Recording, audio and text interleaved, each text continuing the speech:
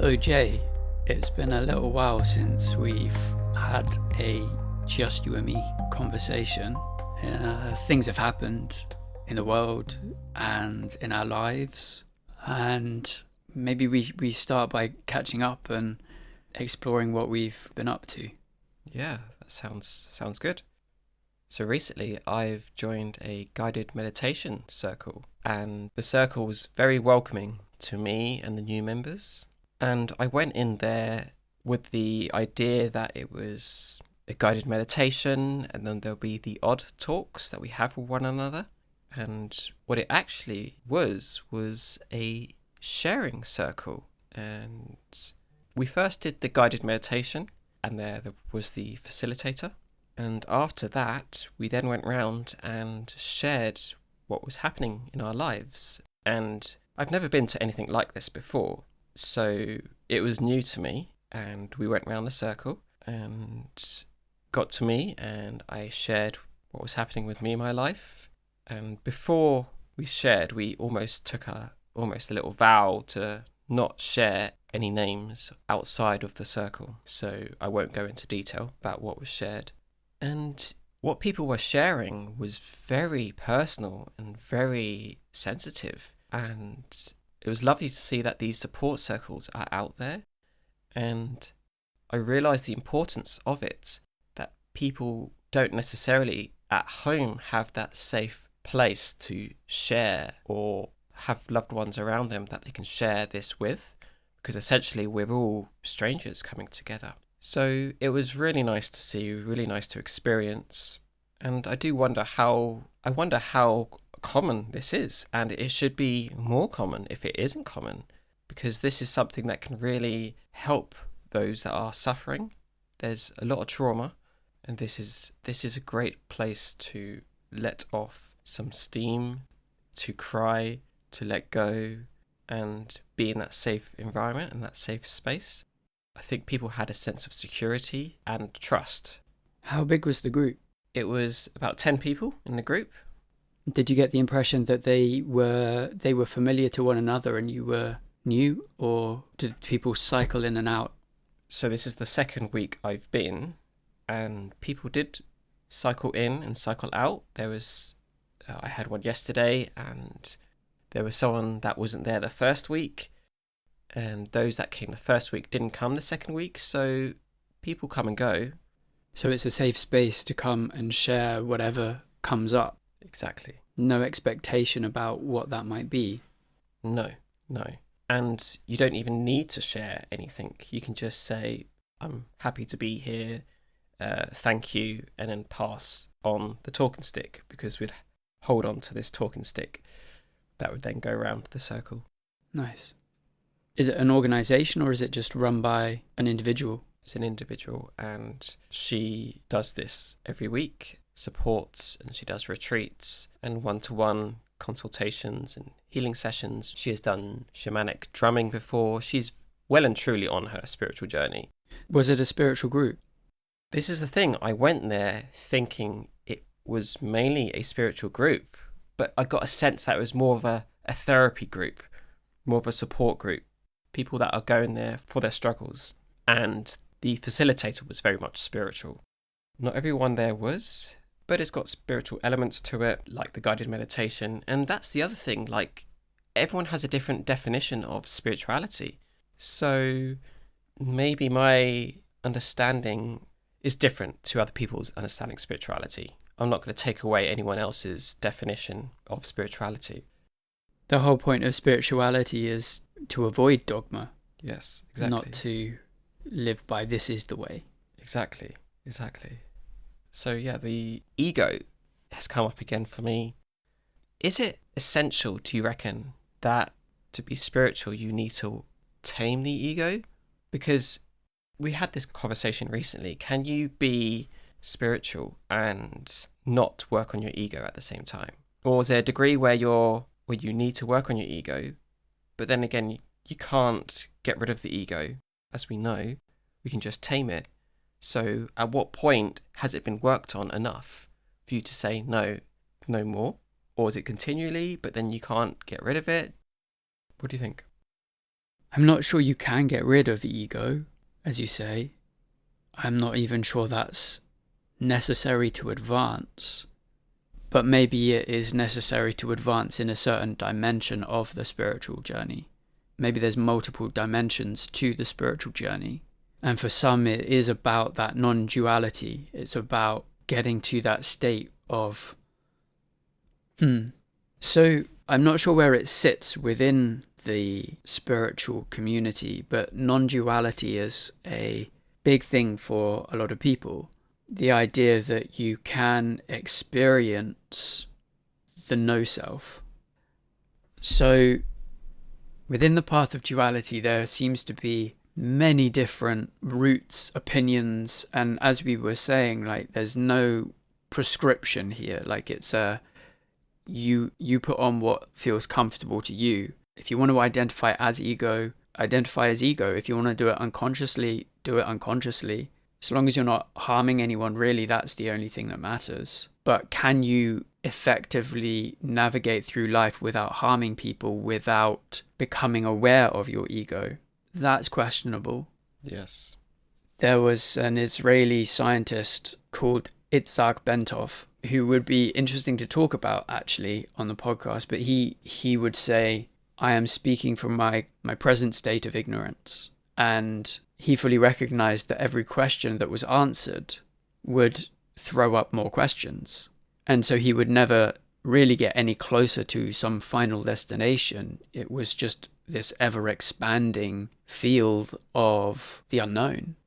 But that perpetuation of mystery is exactly what brings certain people joy. And I think for the seeker, the spiritual seeker, which you are and I am and quite a few people are, it is joyful to experience that. So to loop it back to ego, at a certain point it becomes a very private journey, and you can share up to a point because you need to check in and figure out some stuff. But then the landscape of the inner world becomes so vast and enchanting that most of the work can be done there.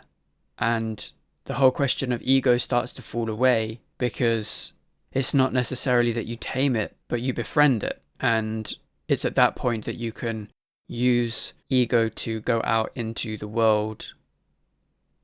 And maybe it would be worth actually defining what we mean by ego, because we are using the word ego differently to what one might think of as egotistical. Yes. So an egotistical person is someone who's proudly wearing their clothes as a statement about themselves, showing up with a very cultivated sense of self, very attached to self, and the idea that they exist, they know, they're unquestioning, unyielding to new information.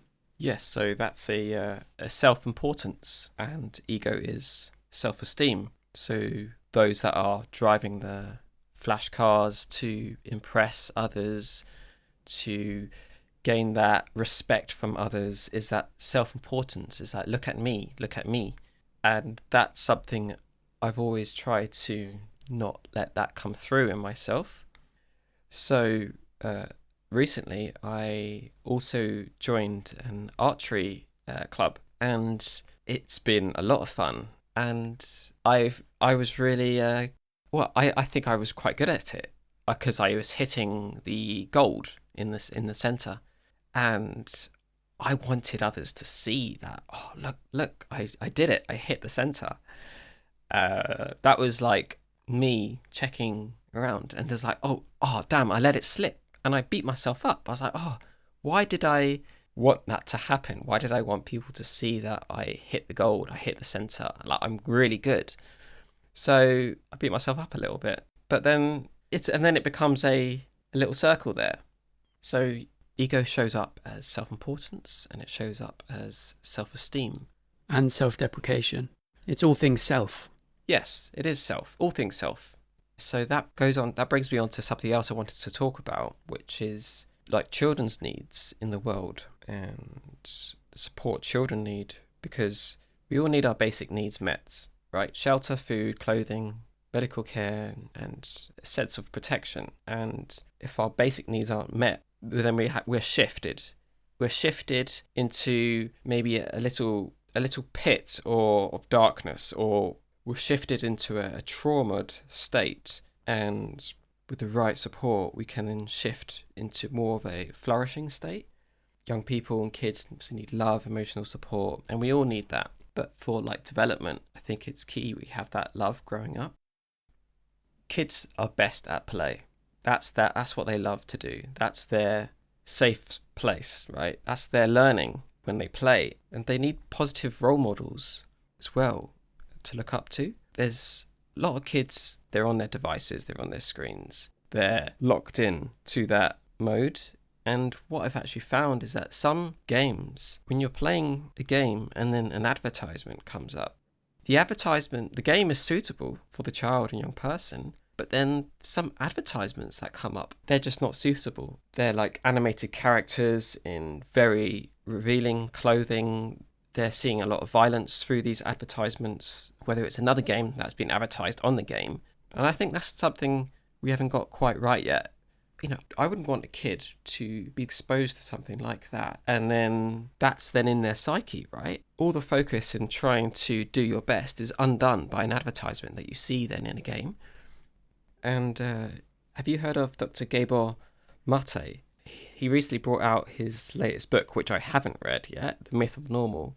And he talks about addiction, he talks about trauma, he talks about how when one grows up, if the environment is not suitable, is not love-giving, then it really affects your development growing up. I've listened to him many times. He does loads of interviews now.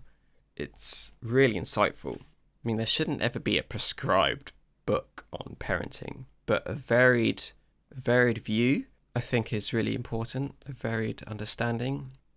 So, yeah, I would encourage everyone to look him up. What was his name again? Dr. Gabor Mate. He definitely knows his stuff. Yeah, the advertisements that are out there in the world, we've definitely been on a slippery slope with all of that. I'm sure that they're more violent and darker than they used to be. And it's just normalized. And it's not something I see in the public conversation. I went to the cinema recently to see Dune 2. And in the foyer, where there will be little children running about, they had these electronic billboards with trailers playing for films. And 3 out of the 5 that I saw were horror films. I didn't watch them all, but they were there in my field of awareness.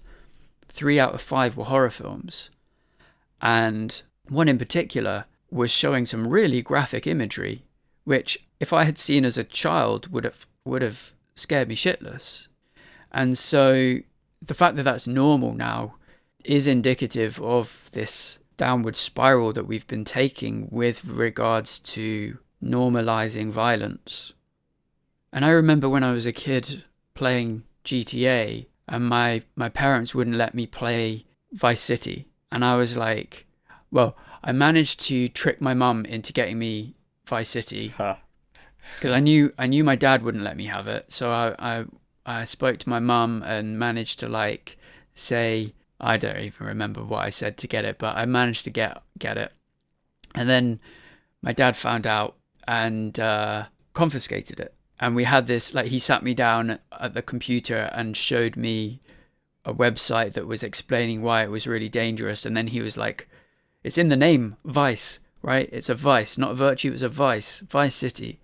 It's clearly not, anyway. So I remember being on the other side of this argument and being like, oh, violent games don't cause violence. It's completely fine. I got a lot of enjoyment out of playing those games. I don't think they affected me badly, etc., etc. Now, I'm not saying that they affected me in the way that because a lot of the fear around violent video games back in the day was about the idea that it would encourage people to go out and copy the games and carry out violent acts. That doesn't concern me so much. I'm not sure whether it's encouraging more violence. per se. I think what it does is, from a spiritual perspective, is it's piling on some pretty negative, heavy energy, which we might be better off without. Yes.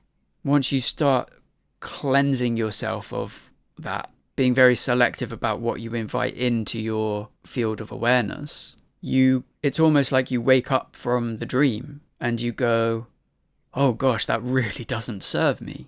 And after I went to see June 2 with a friend, and because he was excited by various trailers before the film, going, oh, I want to go see that, don't you want to see that? And I'm just sat there going, no.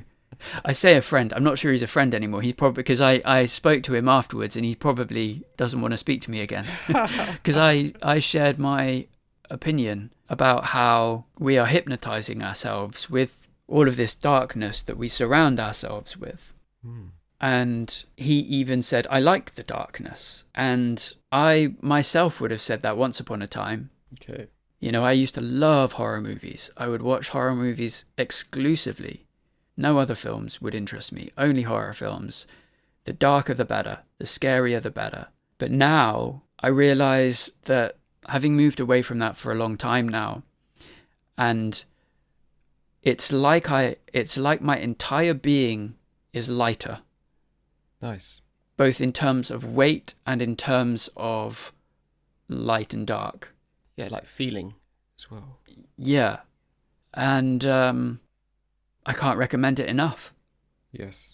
I'm certainly not prescribing it to everyone, but I certainly think that you should at least experience it before you say, oh no, I do like the darkness and I do want to carry on watching my violent films and getting off on it.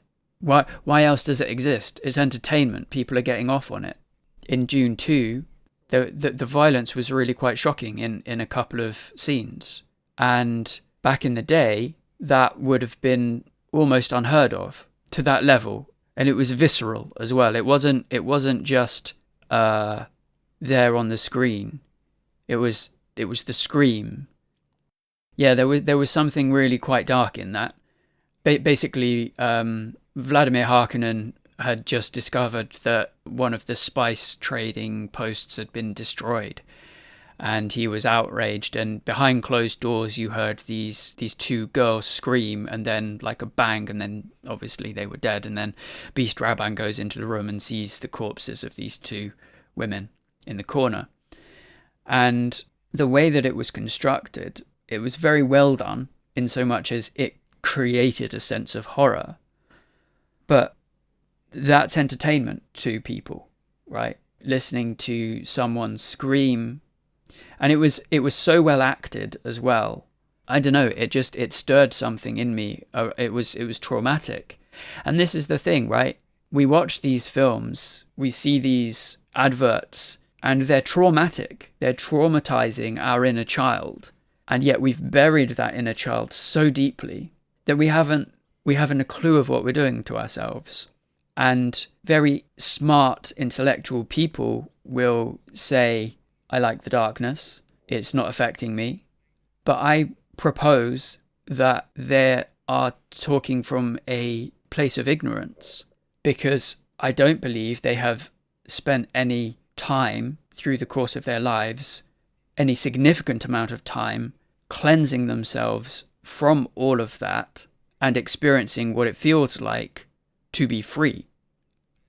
And maybe it would be worth just running the experiment.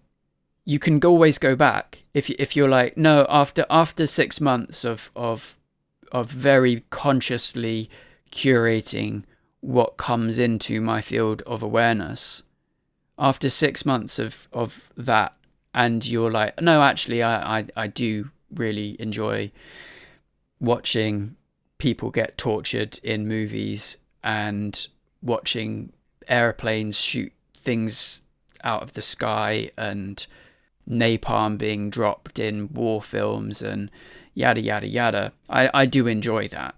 Then go back to it. But until you've experienced it from the other side, because the thing is, when we grow up in this society, we are conditioned from the very beginning. I was born in 1989, so the kind of films I grew up on, there was still a lot of violence, right? Like Total Recall and Arnold Schwarzenegger's head like exploding and eyes popping out, and The Exorcist. I watched that when I was way too young, and there were so many films that I watched and enjoyed, and it was just available there as well. It was just freely, it was all freely available. But today, the kinds of films that are being made today, like The Exorcist, is nothing compared to the kinds of films that get made today. Like Hereditary, that was something else.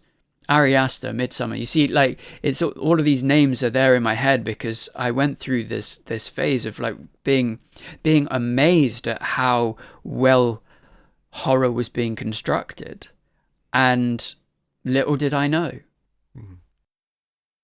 But yeah, that will have an impact on people and the next generation. Like, if the next generation are just seeing that darkness, it becomes the norm, and that darkness isn't coming from a place of love, it's coming from a general place of fear.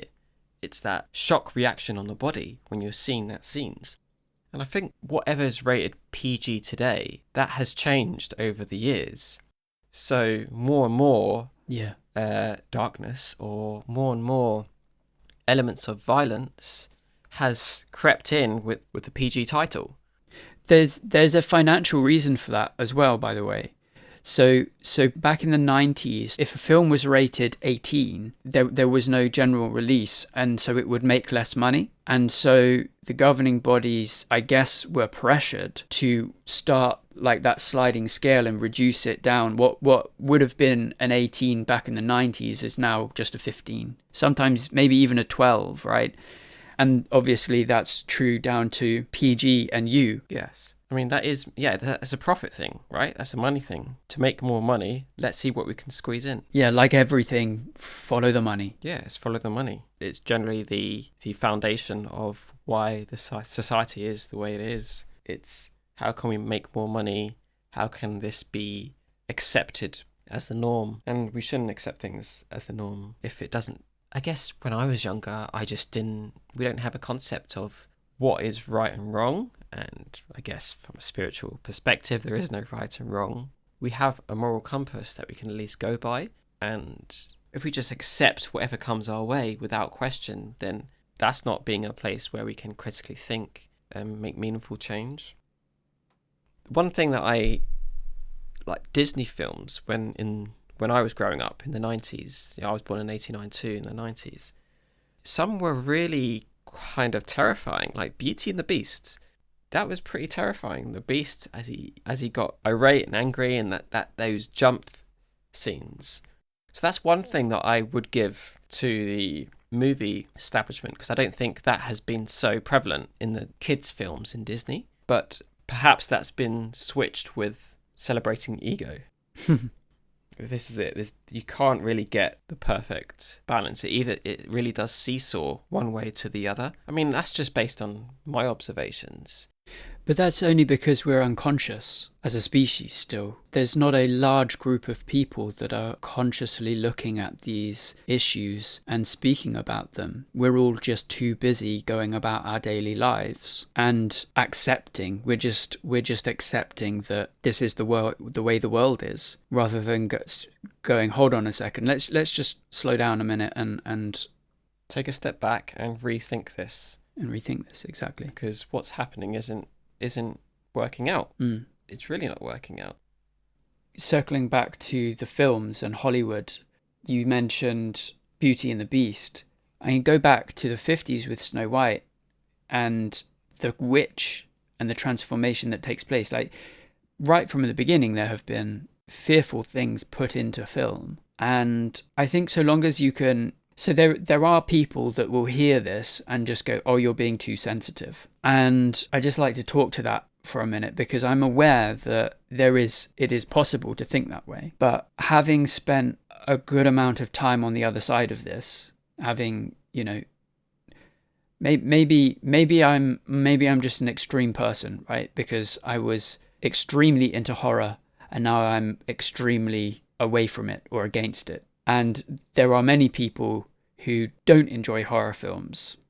And so they would say to themselves, well, I don't watch those horror films, so I'm not being affected by this.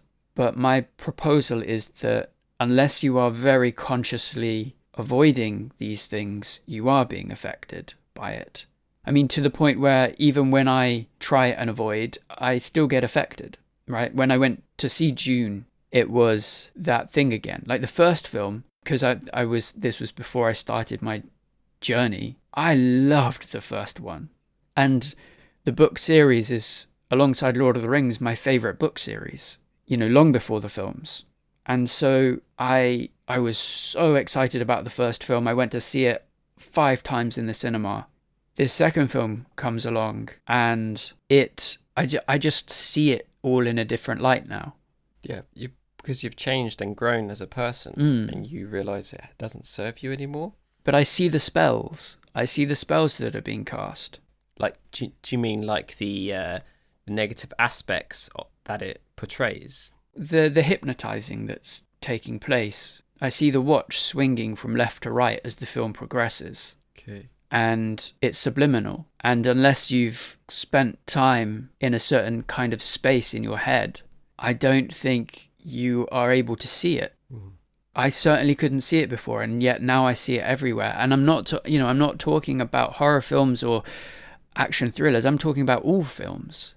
All of Hollywood it's like Hollywood, right? The wood of holly. It's like a wand. It's casting spells. Yes. And the red carpet and what that symbolizes. And ooh, that sounds dark. The stars and all of this stuff. It does get quite dark quite quickly when you open up to the idea that it might be, I might be wrong. All of that symbolism might not really be symbolizing what I'm suggesting it symbolizes. However, if you understand it purely from an intellectual perspective, then no, it doesn't represent that. But if you go into the feeling of it, if you go into that intuitive side, the feminine side, and start perceiving from there, then maybe it starts to reveal itself. So just to explain that a little bit, the masculine and the feminine side of the self, right? We have both masculine and feminine within us all. Whether you're a man or a woman, you have masculine and feminine energies within. And there is maybe this isn't the forum for that kind of talk. But the science suggests that as well, with the estrogen and the testosterone that we have in us. So it's there scientifically and spiritually. Would you say spiritually? Oh, 100% spiritually. Yes, spiritually is what I was talking about. I mean, from the chemical perspective, yes, that it's there demonstrably. Yes. But from a more esoteric perspective is where I'm talking from. And maybe that could be saved for another time to fully unpack. But the idea, just the reason I bring it up, is to make the point that society at large is coming from that masculine side exclusively. And the feminine side within, I'm not talking about out in society between men and women, I'm talking about how each individual shows up. It is left brain dominant over right brain. It is masculine dominant over feminine. It is thought over feeling, intellect over intuition. It's this orientation which needs to come more into balance. And when it starts coming into balance, you start seeing things in a different way. And I'm not saying what I see is right, but for my own experience of tuning into the normalization of violence and conflict and the continual reopening of the wounds of racism, sexism, homophobia, all of these things that we joke about in movies and things. It keeps them alive. It keeps it all alive. And same with the violence. So that child that I was that said, no, GTA is not going to make me violent. No, but it desensitized me to violence so that when I was older, I would then seek out films that were increasingly more shocking. And I wasn't even extreme. Like, I'd never watched the Saw films or the torture porn stuff. I had no time for, because that's, in my opinion, was taking it way too far. But that exists out in the world, you know? Yes. So the very fact that that exists proves that there is this scale here, and that, I got so far down it, and at a certain point I was jolted awake, thankfully. I've come over to this other side now and can see the whole thing for what it is. Yes, because these desensitizing films, they do change our behaviors. As if we're growing up in society and we're seeing all these negative aspects and all these expressions of behaviors that we shouldn't really celebrate, that will then change our thoughts and feelings about each other, that we won't portray the best aspects of each other. And that's what I mean when I spoke about earlier with kids growing up. If it will have a psychological impact on us when we're experiencing these messages in films and the impact of these games, which I've spoke about before on the podcast. It is very much so in left brain, but that is the changing of times. I feel like we are moving more into the right side of the brain, like you said, the feminine side. And hallelujah. Yeah, it's about time, and we should be able to support those going through that. Yeah, because it is a very scary time. Yeah. All of that fear that you've internalized through taking in this media, whether it be the news or whether it be fictional films, you've internalized it. And when it's time to release that, you're in for a heck of a journey. Yeah. And you probably need your hand holding through that. Exactly. I did. A book that I've been listening to on Audible is Conversations with God.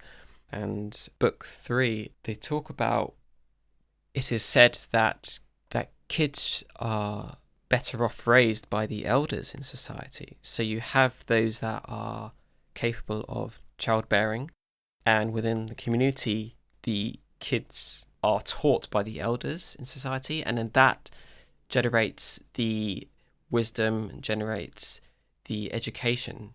The education is come from the elders, and that really blew my mind, because it's another aspect of how we are doing so many things backwards. I mean, that just seems to be the most ideal way from start to finish of how to bring about a well-rounded individual, by getting the experience through the elders in society and the community, rather than Google, or rather than platforms that they're getting information from that probably they will come across negative and fear-based information. I mean, the education system does its part, but what about the elders? And our society today is we live for the future. We live for that retirement where we can then relax and do whatever we want to do. And that's when we most need the elders. And then they're told, right, you can just relax now. You can just sit back and enjoy your pension, enjoy your travelling, and do your own thing. You're probably needed somewhere, but you're not needed within society. And that's when we need them the most, to pass on that wisdom and knowledge. Like, we all grow as people, and if we're not desensitized by certain films and certain games, and not going throughout life where we're having these traumas affecting us, we can then pass on that information to our offspring, essentially, rather than just sit back and do nothing. So I feel that that's something that we probably miss out in society. I'd love to, wouldn't that be amazing? Absolutely. A lot of people, when they reach that retirement age, they can retire. They don't want to retire. They want to still work, and because keep their minds busy, because there isn't an area where they can share their experience within society. Of course, there's teaching roles, but that's not encouraged. The encouragement isn't there. Yeah, I think Conversations with God really does have some amazing pieces of advice for us. Yeah. If only we started listening. Yes. Too busy with the head in the sand, and we got to take the kids to school. We got to get dinner ready. We've got to go to our evening class. We've got to, there's so many got-tos. And we've got to make time for Netflix. Got to make time for Netflix. It's funny you saying that, because I got rid of my Netflix the other day. Nice. I had it for 10 years and 2 months. Wow. 10 years and 2 months, and I got rid of it.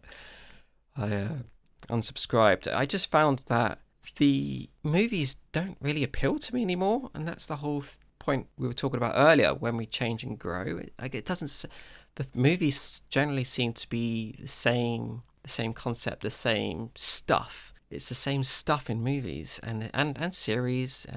Sometimes something new comes out that's really intriguing, but I couldn't justify keeping it because I wasn't watching it. It didn't excite me anymore. So after 10 years, I got rid of it. So my TV's only used for playing music at the moment. So I might even have to get rid of my TV. But yeah, Netflix is something that I don't subscribe to anymore. I'm not saying that people should then just get rid of their Netflix and But maybe get rid of your Netflix. But maybe, yeah. Just try it, guys. Yeah. Just try moving away from the prescribed entertainment. Netflix is a monopoly. Netflix, Amazon Prime, Apple TV, and a few others. This is where everything is, all of our entertainment is drip fed. It's owned by a very small number of people, and they get to decide what comes into our field of awareness. Of course, it's driven by demand, right? Yes. What's popular right now? It's this, it's that. It changes over time. And it is driven by demand, and it's a conversational point as well. Oh, did you see that series on Netflix? And oh no, I didn't. Oh, why didn't you? Oh, I was just watching something else. There's the expectation of you should be keeping up with what's going on. Have you read the news recently? No, I haven't. Oh, why are you not being part of society? Well, I'm creating my own society. There's that pressure from people to live up to a certain expectation within society, and that is very much driven by demand. But it's kind of like that chicken and egg thing, right? So that demand, where is that demand coming from? There is a certain level of unconsciousness that is driving that demand, and that unconsciousness can be manipulated and is being manipulated. By normalizing violence, we get more violence. Exactly. And by normalizing us versus them, we get more us versus them. Yeah. The narrative on the news is us versus them. And people would argue, oh, that's just reflecting real life, the world out there. But which one comes first?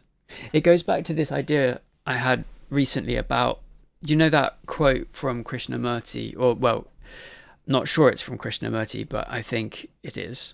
It is no sign of health to be well adjusted to a profoundly sick society. Yes, I know that one. So in order to heal society, do we need to then heal ourselves? Or is it that we need to heal ourselves in order to heal society? Like, which one comes first? And then it occurred to me that it's not a chicken or the egg situation there. It's, take a tree, for example. Does a tree grow and then take up nutrients? Or does it take up nutrients and then grow? It's neither, because it's a simultaneous process of taking up nutrients and growing. It's seamless. And so in the same way with society and the individual, you pulled out this quote from Tolstoy the other day. Everyone thinks of changing the world, but no one thinks of changing himself.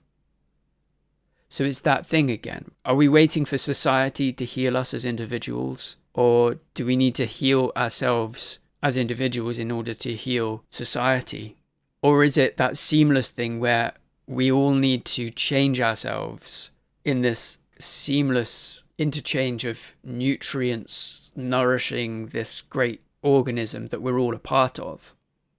Yes, I mean, from my perspective, if we have the awareness of changing ourselves, which will then in turn change society, because if we all worked on ourselves, if we all had the awareness that actually I can be a better version of me, which is what spirituality is that working on yourself, then that in turn will then change society. I mean, if society is the way it is, how can that then bring change? Because society hasn't got any standard to go by, because it is what it is. But if we all change ourselves, then that in turn changes society. So I understand how it's a seamless progression of one, but at some point change needs to happen. So it needs to start somewhere. So perhaps it starts with the chicken. It starts with the individual. It starts with say the tree. The tree changes, then the world changes. Yeah, we're only a small part of that overall tree. Exactly. We are cells in a greater organism, and it is the cell's role to serve that greater organism, and that's what we ought to be doing. But the trouble is, we aren't serving that greater organism right now. We've all individuated into, I got to get mine. I'm only looking after myself or my little community that's around me. I'm not concerned about the larger world. Everyone's in that survival state, and I've got to do this to get by for me, regardless of anyone else. My needs are superior, but that's the whole spiritual journey. It's, if your needs are superior, then that means my needs are superior, because we're all one. There is no separateness. Yeah. And we shouldn't have that, or say you shouldn't, having that view of I'm right, you're wrong. That doesn't play out. No one's right, no one's wrong. It is what it is. And with that change, that for me, like, I feel like I've had that change side of me. I feel like I've had that awareness spike that has propelled me on this journey of change and wanting that better world. I can only speak from experience. It's like when you've been on that side or the side over there, you've experienced it and you're like, that doesn't serve me anymore. And then you're on, say, this side. And sides indicate that there's an opposition, right? That there's the other side, the side to stay away from. But it's like experiencing that, being over here, experiencing, okay, this is where I like to be. This is what feels good for me. It's always like saying, I know that. Do you want to see what it's like over here? Do you want to understand what this is all about before the judgments are cast? So we went to a spiritual fair recently, didn't we, Joe? Mm. And it was a lovely feel to the whole event and what was going on. There was Reiki going on. There was mediums, people that read tarot, and we went through, and it was nice because it was completely the other side of what society is. I think it was people that were coming from a high perspective in regards to their message. It was a lot of fun because I was read by a tarot reader, and it was very interesting because I think it's wise not to put all your eggs in one basket and still have a skeptical mind. But perhaps that is, I don't know. See, I'm an R-ing whether to dive 100% into something. But then at the same time, you have to have discernment. You have to realize that there's, I don't want to say bad characters, but you have to have a degree of discernment about yourself towards others. I was read by this tarot reader, and it was amazing how accurate she was. I won't go into the details of what exactly she read about me, but she couldn't have got that information about me from anywhere else. And she was such a beautiful being, and we had a lot of fun. You sat next to me, Joe, didn't you? And you witnessed the whole thing. So it was nice to experience that there is something more than what is and what is perceived to be the mundane. There's more than that. So it was a very good it was a great reading. I very much enjoyed it. Got much to process, and more I'm surrendering to this greater understanding and this greater awareness that life is so much more than what it's portrayed out to be, and it's really beautiful to know that there is so much more going on that we're not taught when we're younger. We're not exposed to spiritual understandings like that when we're younger. I mean, I didn't understand about tarot readers when I was a kid. Well, it's because it's all bollocks. It's all fakery, and it's all charlatans and people just exploiting vulnerable people, and that's what we're told. That's what I was taught. And yet, when you go on a journey with it, you realize that there is something there to find. But you can't just spend your whole life seeking. At some point, you've got to find it. Yes. And yeah, I think we're getting to the stage where we're finding. Yes. So I think if any old person came off the street and went into this spiritual well-being fair, and they had a reading or they had certain information from that fair, they could be in a complete cognitive dissonance mode. Like, their belief systems are absolute, and no matter what information comes their way, they're not prepared to drop that belief, because people build up belief systems in their lives, and if something shatters our belief system, we're in a state of, whoa, what's going on? Oh my God. Like, how am I going to reset my understandings of everything? This is too uncomfortable. I can't do that. I need to stay in my place, in my understanding of where things are, because it's too scary. I'm just too fearful to go out of the box. I don't want to change my worldview, because that means I need to reset everything. But that's perhaps where we need to go. Perhaps we need to completely be out of mind in order to come to your center and change your understandings on things. I could have come out of there with, no, this is my understanding. But then how will you change as a person if you can't let something in that goes against your understanding? We can't claim to know everything about the universe, the multiverse. It's so vast. To say that I know something means that you don't know anything, because you can't know everything. Maybe on a level we do, but we don't actually know anything. So even with that understanding, we should be open to whatever comes to us, but with discernment and with a degree of not taking everything as face value. Maybe connecting dots in a way where it doesn't come as a huge slap in the face. And you got a reading as well, didn't you, Joe, from that fair? I did. Yeah, and similar experience of I got what I needed from it. It wasn't my first reading. I've had another reading before. I do quite like tarot as a tool, and have spent some time with it before. And yeah, it just gives me what I need. I'm surprised we went there, to be honest, on the podcast. Okay. But it's cool. It does just go to show that there is a whole world out there, a whole world of people that go very quietly, which begs the question, why are we standing up on a podcast and talking about things like this? But it seems to be in resonance with what we're about and where we're at in our journey. Yeah, this is a journaling device, right? Yeah, this is just a journaling device. And it's a good way to explore these ideas. And indeed, there was, I had an interesting experience in Greece in August last year. Oh, yes. This isn't something we've spoken about on the podcast, but I've shared with Jay previously that there was a significant spiritual or mystical experience that happened to me in Greece. And someone who I met in Greece suggested that I started a YouTube channel to journal my spiritual journey. And I guess only now I'm realizing that those dots have connected. It's amazing, isn't it?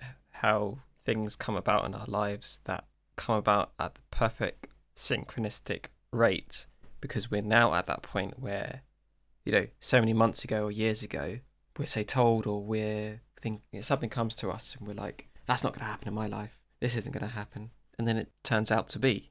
And that's always what's happened, I guess, for me. Things always come about at the right time for me to make the right choice that serves me the best without affecting others.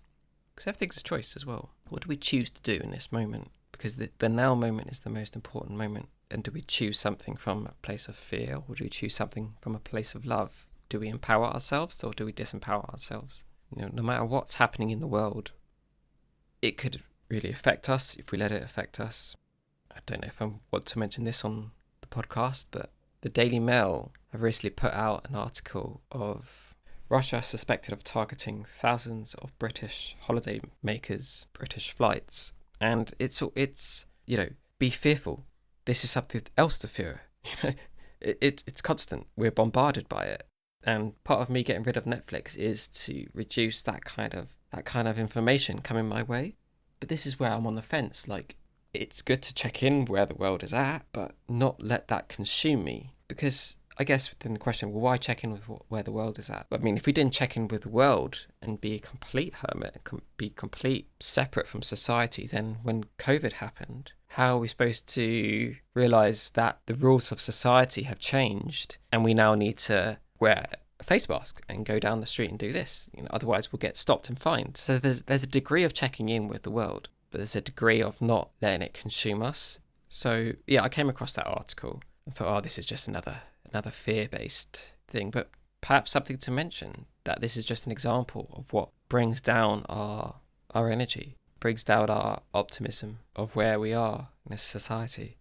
Someone quoted me, Duncan Trussell, recently, making the point that I was being ignorant by being selective over what kind of information I take in. And the quote was something like, there's some poor fool in the rainforest somewhere without a cell phone who has no idea how frightened he should be. And why is that a bad thing? It was definitely posed to me as though that poor fool by the waterfall in the rainforest without a phone is somehow worse off than us by being completely separate from. Because you could use the same argument with, at some point, some huge asteroid might come and smash into planet Earth and destroy everything. Should I spend all of my days worrying about that moment when it happens, or should I just get about and enjoy the waterfall? In the same way, that man in the rainforest enjoying that waterfall, ignorant of what's going on out in the wide world, should he sit around worrying that the nuclear bomb is going to come at some point? Maybe, maybe not. It's this perpetuation of doubt. Doubt is their weapon.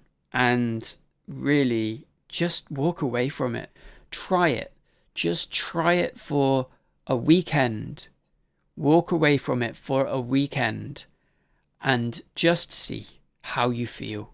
Just roleplay as someone who believes that it is possible for there to be no war. It is possible for human beings to change fundamentally in profound, as yet unimagined ways, whereby we can all just get along.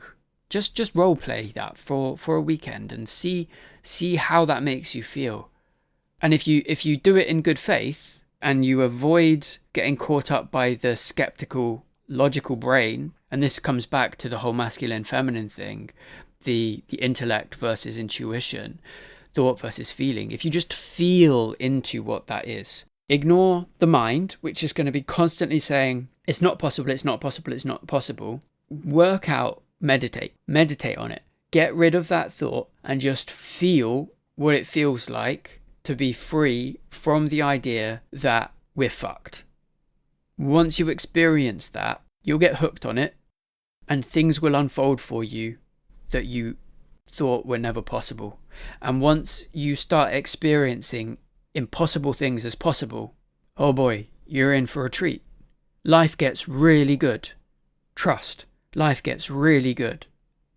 And the further you get into it, the better it gets, the more people you meet and the more real it becomes, because you realize there are lots of other people running with this work hypothesis. No one's saying this is the way. They're just going, that old way didn't really serve us. And so now we're moving into this new way. And as a result, guess what happens? It becomes a reality. If you say there's always going to be war, there's always going to be greed, people are always going to be fighting one another, people aren't going to get along, guess what? That will be true. And you need to take responsibility for that. It's the people who are saying these things, it's on their head.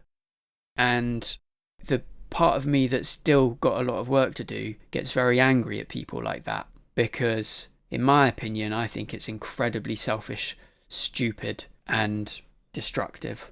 Just try it. Are you so pig-headed that you won't even try it? Well, yeah, most people are too pig-headed to do it, because they've got mind working all the time. If they could just come to their heart. That was another thing in June, actually. At the end, I'm pretty sure this isn't in the book. I need to go back and look at this. But At the end of the film, the Emperor says to Paul Atreides, he says, "Do you know why I killed your father? Because he ruled with his heart. The heart isn't meant to rule." And I'm like, wow, that is the perfect summary of where we're at as a society, as humanity. We believe that the heart should be subjugated to the head. It's the mind, that's where the power lies. And that's the masculine side, the logical brain, the mind. So did it imply weakness coming from the heart, that it wasn't strong enough, that it's not suitable? Absolutely, yeah. That's crazy. Yeah. But I mean, the Emperor is a baddie, Okay. And so it's not trying to convince people. It's not conveying a bad message. But I thought it really interesting that it came up, because there's a lot of good messages in Hollywood as well as bad, right? Yes. And this is the mindfuck, is that it's both. Yeah. I've watched a lot of animated films, and the message in them is friendship and trust and belonging. There is a lot of positivity that comes out of these films. So it's not all negative, absolutely not. And we should definitely celebrate those kind of messages that are in these films. Yeah. And I've got quite emotional over, when it gets to the end of like a film, and I talk about films a lot, considering I've just got rid of Netflix. But when it gets to the end of a film and there's like this teary moment, because it all builds up to this one scene, and it's like, oh, I can't cope anymore, and then you just cry. Like, it's sometimes you get really beautiful messages in these films, and of unity and sticking together, working as a team, and not giving in to the bad guy or the bully. So some is very heartfelt and coming from the heart, and we shouldn't just focus on the bad stuff, because that's what the news does anyway.